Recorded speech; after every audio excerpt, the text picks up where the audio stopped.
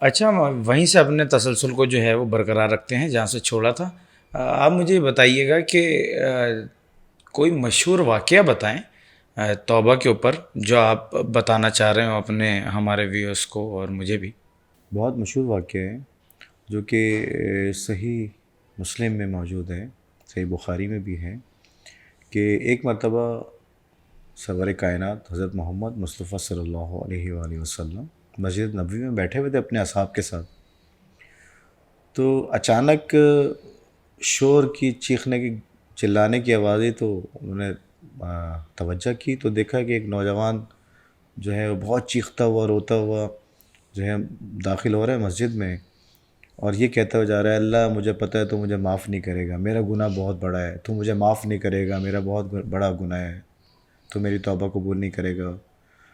چیختا ہوا، روتا ہوا، رسول اکرم صلی اللہ علیہ وسلم اس کو لے کر آؤ یہاں پہ، تو سامنے پہنچا تو رو رہا تھا، چیخ رہا تھا، مجھے پتہ ہے اللہ تو میرا گناہ قبول نہیں کرے گا، میرا گناہ بہت بڑا ہے، تو نہیں معاف کرے گا، اس انداز سے مسلسل بات کیے جا رہا ہے، روئے جا رہے ہیں۔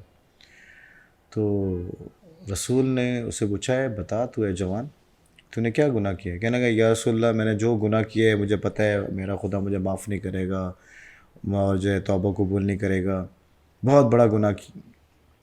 تو رسول اکرم صلی اللہ علیہ وسلم نے، اگر تیرے گناہ جو ہیں وہ ستاروں کی مانند ہے، جو آسمان پہ ستارے ہوتے ہیں، اتنے زیادہ بھی اگر کوئی گناہ ہے تو خدا معاف کر دے گا، تو اپنا گناہ بتا۔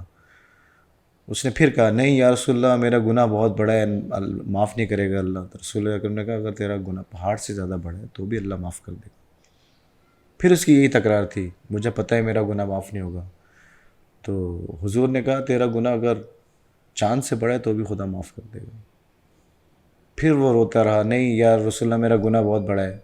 تو آخر میں پھر رسول نے کہا، اگر تیرا گناہ سورج سے بھی بڑا ہے تو بھی اللہ معاف کر دے گا، وہ غفور رحیم پروردگار ہے۔ اس نے پھر روتے ہوئے یہی کہا کہ میرا گناہ بہت بڑا ہے، میرا گناہ اللہ معاف نہیں کرے گا۔ تو رسول اکرم غضب میں آ گئے، غیظ، تو کہنے لگے، کیا تیرا گناہ خدا سے بڑا ہے؟ تو ایک دم سے وہ چپ ہو گیا، رونے لگا، نہیں یا اللہ، اے رسول اللہ، خدا سے بڑا گناہ۔ تو رسول نے کہا کہ تو بتا، خدا رحیم پروردگار ہے، تیرا گناہ معاف کرے گا جو بھی گناہ کیا ہے۔ پھر وہ کہنے لگا کہ یا رسول اللہ میں آپ کو کیسے بتاؤں، لیکن میں بتاتا ہوں۔ اصحاب بھی سب سن رہے تھے بیٹھے ہوئے۔ کہنے لگا کہ یا رسول اللہ میں ایک کفن چور ہوں، قبرستان سے جو ہے مردہ جو دفن کیا جاتا ہے تو میں کفن چوراتا ہوں، میرا گناہ بہت بڑا ہے۔ جب بھی کوئی مردہ دفن ہوتا ہے کہیں پہ بھی تو میں تاک لگا کے بیٹھ جاتا ہوں، جب لوگ دفن کر کے جاتے ہیں، سب چلے جاتے ہیں، رات ہوتی ہے، کوئی نہیں ہوتا، تو میں قبر کو ایک طرف سے کھودتا ہوں، پاؤں کی طرف سے اندر اتر کے، اور کفن پورا اتارتا ہوں، اور اس کے بعد کفن بھیج دیتا ہوں۔ اس پہ رسول کا چہرہ متغیر ہوا، صاحب بھی ایک دم سے کہ یہ اتنا بڑا گناہ، کہ مطلب کفن چور ہے مردے۔ کہنے لگے، یا رسول اللہ میرا جو گناہ کیا ہے وہ اتنا بڑا ہے، میں کل رات کو جو ہے وہ کچھ لوگ آئے، شام کا وقت تھا، ایک مردے کو لے کر آئے، میں بیٹھا ہوا تھا تاک لگا کے، انہوں نے دفن کیا، چلے گئے۔ اندھیرا ہوا رات، میں قبر کے پاس آیا اور میں نے قبر کو کھودنا شروع کیا۔ جب میں نے قبر کو کھودا ایک طرف سے اندر، جب میں داخل ہوا، جیسے ہی کفن میں اتارنے لگا تو دیکھا میں نے بہت خوبصورت لڑکی تھی، ایسے جیسے سو رہی اور بہت خوبصورت لڑکی تھی، انتقال ہوا تھا۔ کہنے لگا، یا رسول اللہ میں نے اس کا کفن اتارا پورا، اور پھر مجھے شیطان نے بہکا دیا۔ کہہ رہے میں نے اس مردے کے ساتھ، اس لڑکی کے ساتھ زیادتی کی، بدفعلی کی، اور پھر جو ہے وہ میں کفن اس کا پورا اتار کے اس کو باہر جانے لگا تو اس لڑکی سے آواز ہے کہ تجھ پہ خدا کی لعنت ہو ہمیشہ کے لیے، تو مجھے ان لوگوں کے درمیان اس طریقے سے چھوڑ کے جا رہے ہیں۔ جیسے رسول اکرم سنا، ان کا چہرہ متغیر ہو گیا، غضبناک ہو گئے، فوراً کہنے لگے کہ تو یہاں سے ابھی فوراً ادھر سے نکل جا، ورنہ تیرے اس عذاب کی وجہ سے جو ہے یہ سب لوگ جل جائیں گے۔ تو وہ روتا ہوا پھر چلاتا ہوا جو ہے وہ چلا گیا، جنگل میں گیا ایک جگہ، اور روتا تھا، دن میں رات میں روتا رہا، اتنا روتا تھا، گریا کرتا تھا، اللہ تو مجھے پتہ ہے تو جہنم کی آگ میں مجھے جھونک دے گا، میرا گناہ معاف نہیں کرنا چاہتا، کبھی بھی میرا گناہ معاف نہیں ہوگا، تو مجھے معاف نہیں کرے گا. روتا رہتا تھا، ایک درخت کے نیچے بیٹھ کے روتا تھا، اس درخت پہ آ کے پرندے بیٹھتے تھے، اس کو دیکھ کے پرندے روتے تھے. روتا رہا روتا رہا روتا رہا، حتیٰ کہ 40 دن تک وہ رویا مسلسل، نہ کچھ کھاتا تھا، بس مسلسل روتا تھا. اس کی آنکھوں میں جو ہے ہلکے بالکل ہڈیوں کا ڈھانچہ بن گیا، اور بہت روتا تھا، اللہ مجھے پتہ ہے تو معاف نہیں کرے گا. 40ویں دن جو ہے سرور کائنات کے پاس حضرت جبرائیل علیہ السلام وحی لے کے نازل ہوئے کہ یا رسول اللہ، خدا نے آپ کو سلام کہا ہے، اور کہا فلاں اس جگہ پہ جنگل میں وہ جو ایک نوجوان آپ کے پاس آیا تھا مسجد میں، اور اس نے آ کے جو ہے آپ کو ایک گناہ بتایا تھا، تو اس کی توبہ خدا نے قبول کر لی ہے. تو رسول اکرم ایک دم سے حیرت میں آئے. ظاہر رسول کو تو پتہ تھا، لیکن لوگوں کو بتانے کے لیے انہوں نے کہا اصحاب کو لیا ساتھ میں، چلو وہاں پہ چلتے ہیں. سب کو اصحاب کو لے کے رسول اکرم وہاں پہ پہنچے. جنگل میں دیکھا قریب کہ وہ بیٹھا ہوا ہے درخت کے نیچے، اور مسلسل رو رہا ہے، اور یہی جملہ کہہ رہا ہے اللہ مجھے پتہ ہے تو میرے گناہ کو معاف نہیں کرے گا، تو میری توبہ قبول نہیں کرے گا. اور اس کے ساتھ بیٹھے ہوئے پرندے رو رہے ہیں، گریہ کر رہے ہیں، اس کے ساتھ جانور گریہ کر رہے ہیں. تو پھر رسول اکرم اس کے قریب آئے اور اس کو اٹھایا، اس کو اٹھا کے گلے سے لگایا اور کہا کہ تجھے خدا نے معاف کر دیا ہے، تیری توبہ کو قبول کر لیا ہے، اب تو اس کے محبوب بندوں میں سے شمار ہوگا. ایسے کی جاتی ہے توبہ. اصحاب کی طرف رخ کر کے کہا ایسے توبہ کی جاتی ہے. یعنی خدا رحیم پروردگار جو اتنا بڑا گناہ معاف کر سکتا ہے، تو ہم تو اتنے گناہ گار نہیں ہیں. تو توبہ اس طرح قبول کی جاتی ہے. یہ بہت مشہور واقعہ ہے کہ جو جس کا تذکرہ موجود ہے ہر جگہ. یہ تو ایسا گناہ تھا کہ اگر کوئی سننے والا بھی ہو تو اس کا بھی دل لرز جائے کہ یہ کیا گناہ تھا. اسی سے ربط بناتے ہوئے ایک اور سوال ہے جو کہ ہماری آڈینس کے لیے ہے. آڈینس کی طرف سے بھی آتے ہیں کچھ سوالات جو پروگرام دیکھتے ہیں کہ توبہ کس کی قبول ہوتی ہے، کیا انداز ہوتا ہے، کیا شرائط ہیں توبہ کی قبولیت کی، اس پہ ذرا روشنی ڈالیے گا. اچھا سوال ہے آپ کا. توبہ جیسے کہ ہماری بات ہو چکی، توبہ سب کی قبول ہوتی ہے. خدا کی رحمت کے دروازے ایک بندے کے لیے ہر وقت کھلے ہوئے ہیں. بادشاہ بھی رات کو اپنے محل بند کر دیتے ہیں، لیکن خدا کی رحمت کا دروازہ 24 گھنٹے کھلا ہوا ہے. کیا ہے میرے بندے، کسی بھی وقت آ جا، پشیمان ہو جا سچے دل سے، میں تجھے قبول کرتا ہوں، تیری توبہ کو قبول کروں گا. لیکن صرف اس کی توبہ قبول نہیں ہے کہ جو اپنے سامنے موت کو دیکھ لے. یہ بات واضح ہو چکی. توبہ کی جو ہے وہ کوئی بہت مشکل شرائط نہیں ہے، چھوٹی چھوٹی شرائط ہیں، جس میں توبہ کی ایک شرط یہ ہے جب انسان تائب ہو اور پشیمان ہو جائے، اس میں یہ ہے کہ خدا کے خوف، ٹھیک ہے، اور اس کی تعظیم کی وجہ سے جو ہے وہ پشیمان ہو. پہلی بات. دوسری بات یہ ہے کہ جو معصیت جو اس نے گناہ کیا ہے وہ فوری طور پہ چھوڑ دے. تیسری بات یہ ہے کہ گناہ آئندہ نہ کرنے کا عہد کرے کہ اے اللہ میں نے یہ فلاں گناہ کیا تھا، یہ گناہ کیا تھا، اب جو گناہ کر لیا ہے وہ گناہ اس سے نہیں ہوگا. گناہ نہ کرنے کا عہد کریں. چوتھی بات یہ ہے کہ وہ جو اس نے گناہ کیے ہیں، جو اس نے عبادتیں، نمازیں قضا کی ہیں، روزے قضا کیے ہیں، ٹھیک ہے، لوگوں کا دل دکھایا، ساری واجبات جو اس کے فرائض اس کے اوپر جو لاگو ہیں ان کو ادا کرنا شروع کر دیں. مثال کے طور پہ اس کی 10 سال کی نماز قضا ہو گئی، ٹھیک ہے، 5 سال کے روزے قضا ہو گئے. اسی طریقے سے اس نے جو غیبت کی جس کے لیے اس سے معافی مانگے، نمازیں پڑھنا شروع کر دیں، ٹھیک ہے. اچھا، اس کے علاوہ جو ایک اور شرط ہے کہ وہ زیادہ سے زیادہ نبی کریم اور اہل بیت پر درود بھیجے. خود قرآن کے اندر موجود ہے ان اللہ و ملائکتہ یصلون علی النبی یا ایھا الذین آمنوا صلوا علیہ وسلموا تسلیما. یعنی خدا اور اس کے فرشتے جو ہیں وہ نبی پاک پر اور ان کی آل پر درود بھیج رہے ہیں، تو تم بھی درود بھیجو، ٹھیک ہے. جب انسان اس انداز سے ان پہ درود بھیجے گا تو اس کی توبہ کو قبول کیا جائے گا. استغفار زیادہ سے زیادہ کرے گا اپنے گناہ کی، ہر گناہ کو یاد کرے گا. دیکھیں روایت میں ہے جو کہ اس میں ابن ماجہ میں موجود ہے، جب انسان اپنے گناہوں پہ پشیمان ہوتا ہے اور توبہ کر لیتا ہے، ٹھیک ہے، توبہ کرنے کے بعد خدا اس کو پھر پرانے گناہ یاد دلاتا ہے. روزانہ کبھی لیٹے گا کہ میں نے یہ گناہ کیا، پھر تائب ہوگا، یہ میں نے اس کا دل دکھایا تھا، اس سے جا کے معافی مانگے گا. یعنی گناہوں کا یاد آنا، پرانے گناہوں کا یاد آنا بھی ایک بہت بڑی نعمت ہے، کیونکہ جب انسان گناہ کر رہا ہوتا ہے وہ سب چیزیں بھول چکا ہوتا ہے. لیکن اللہ جس کو ہدایت دیتا ہے، جس کی توبہ کو قبول کرتا ہے، اس کو اس کے پرانے گناہوں کو یاد دلاتا ہے. جب گناہ یاد آئے گا فوراً توبہ کرے گا، جب گناہ یاد آئے گا فوراً آنکھوں میں آنسو آئیں گے، جب گناہ یاد آئے گا سجدے میں چلا جائے گا، جب گناہ یاد آئے گا خدا کے قریب ہوگا. وہ یہ توبہ ہے.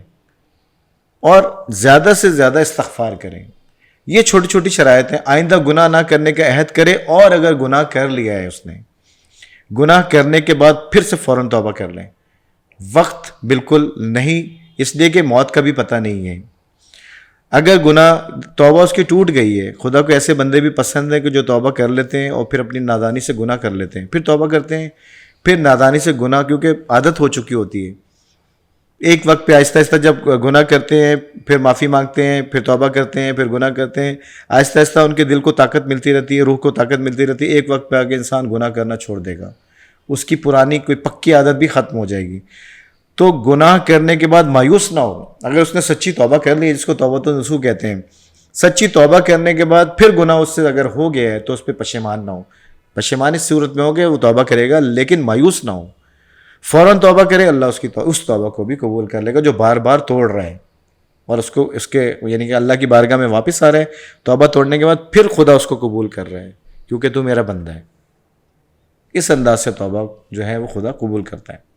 اچھا سید صاحب، دامن وقت میں کیونکہ گنجائش کم ہے، ہم ایک محدود ٹائم اپنا جو ہے وہ رکھتے ہیں، آپ مجھے یہ بتائیے گا آخر میں جاتے جاتے اپنے ویورس کے لیے کہ کون سے ایسے کام انجام دیں ہم کہ جن کی وجہ سے ہمیں توبہ کی ضرورت ہی نہ پڑے، یا میں اس کو اس طریقے سے جو ہے وہ سوال کو اپنے جو ہے وہ رخ دے دوں کہ کون سے ایسے عمل ہونے چاہیے کہ توبہ ہمارے اوپر لاگو ہی نہ ہو، وہ توبہ کرنے کی ضرورت ہمیں پڑے ہی نہ. یہ تھوڑا سا اس پہ بتائیے گا. دیکھیں آپ کا سوال بہت اچھا ہے.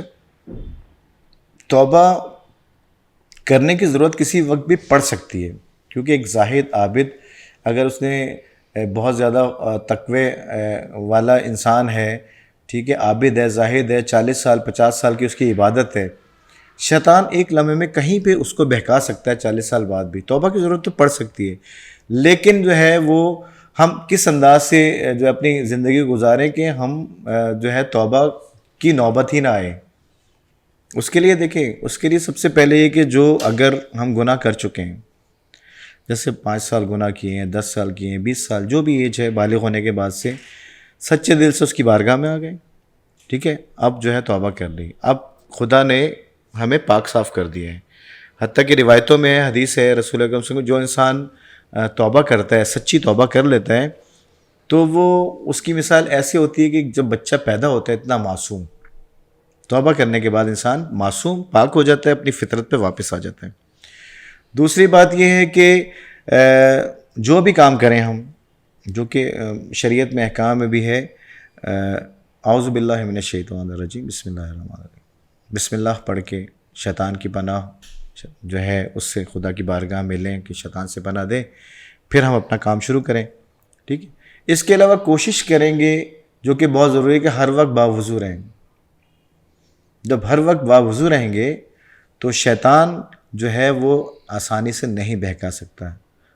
باوضو رہنے کا مطلب ہے کہ آپ اپنے آپ کو پاک رکھے ہوئے ہیں، آپ کی روح پاکیزہ ہے.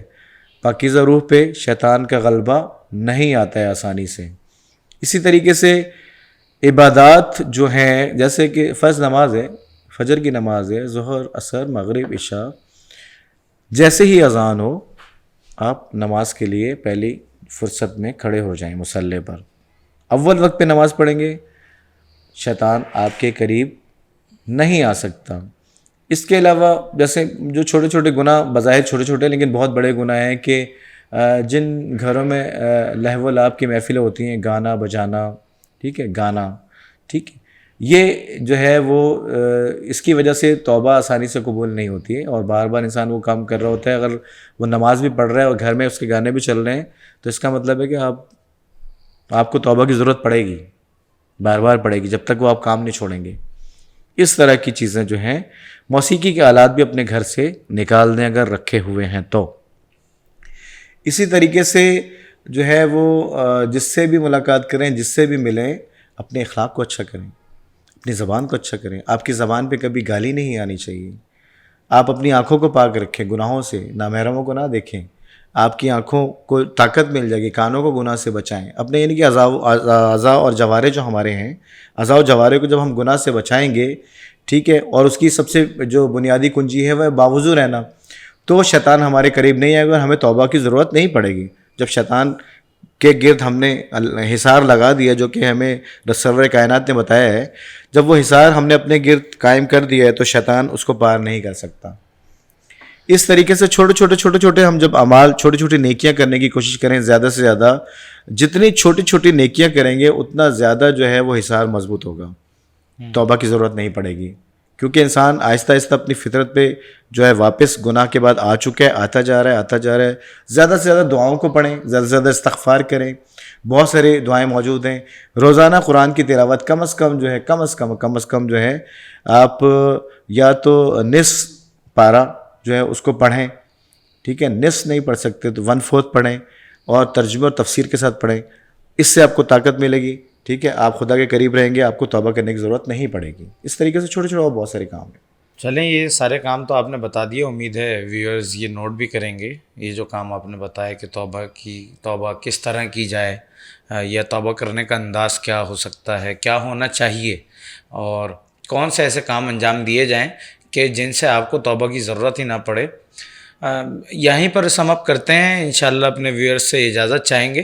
انشاءاللہ نیکسٹ ہفتے آپ سے ملاقات کریں گے عامل آن لائن کی ایک اور نئی ایپیسوڈ کے ساتھ.